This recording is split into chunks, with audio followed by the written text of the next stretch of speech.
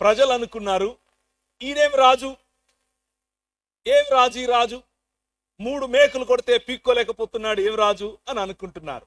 కానీ కొలస్సీలకు రాసిన పత్రిక 2వ అధ్యాయం చెబుతోంది, అంధకార సంబంధమైన దురాత్మ సమూహముల చేత పీడింపబడుతున్న సమస్త రాజ్యములు, సమస్త జన సమూహములు, సమస్త ప్రజలను, ఆయన బాహాటముగా వారి మీద రాజ్యం చేస్తున్నటువంటి శక్తులను ఓడించి మరణం అనేటటువంటి ప్రధానమైన శత్రువును ఓడించి ఆ మరణాన్ని చంపి 3వ దినమున తిరిగి లేవటానికి వచ్చినటువంటి రాజు ఈ రాజు. ఇది నీ రాజు. ఆయన పాపులను క్షమించే రాజు, బంధాలలో ఉన్న వారిని విడిపించే రాజు, దుర్భరులను రక్షించే రాజు, దురదృష్టవంతులకు సేవ చేసే రాజు. మేధావులకు ఆయన అంతు పట్టడు, ఆయన అంతు చిక్కడు. మేధావులు వారికి ఉన్నటువంటి జ్ఞానమంతా పోసి అర్థం చేసుకోవాలనుకున్నారు, అర్థం అవ్వలేదు. రాజులు చేతకాక చేయి కడుక్కున్నారు, నా వల్ల కాదు, బిహోల్డ్ ద మ్యాన్ అని అన్నారు, ఇదిగో మనుష్య కుమారుడు అని పిలిచారు.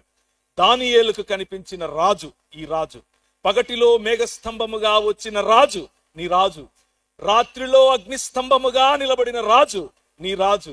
పొత్తి గుడ్డలలో చిన్న బాలుడి వలె ఈ రోజు క్రిస్మస్ ను ప్రకటించేంత చిన్న రాజు కాదు ఈ రాజు.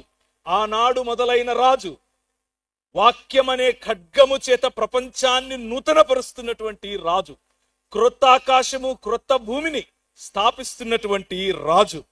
ఈ రాజుని గురించి ఇంకా తెలుసుకోవాలా? ఈ రాజుని గురించి నీ పొరుగువాడికి తెలుసా? ఈ రాజుని గురించి కాకినాడలో అందరికీ తెలుసా? ఆయన మార్గం శాంతి మార్గం, ఆయన మార్గం నీతి మార్గం, ఆయన మార్గం పవిత్రతకు చెందిన మార్గం, ఆయన మహిమకు ద్వారం.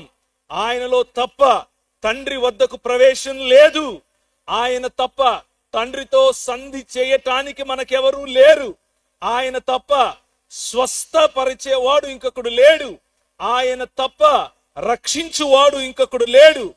ప్రపంచంలో ఉన్న నాయకులందరూ కట్టుకొని ఒకవైపు నిలబడితే ఈ రాజు నిలబడితే, ఈ రాజు చాలు, అది నీ రాజు.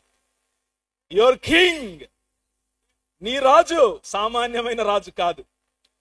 మనం ప్రకటిస్తున్న రాజు సామాన్యమైన రాజు కాదు. మూతికి ముంత ముడ్డికి చీపురు కట్టుకునే సమాజాల దగ్గరకు వచ్చి ఆయన, నేను నీతో కలిసి భోంచేయచ్చా అంటాడు ఈ రాజు. ఈ రాజు, ఒరేయ్ నువ్వు నా ఇంటికి రావటానికి వీల్లేదురా అని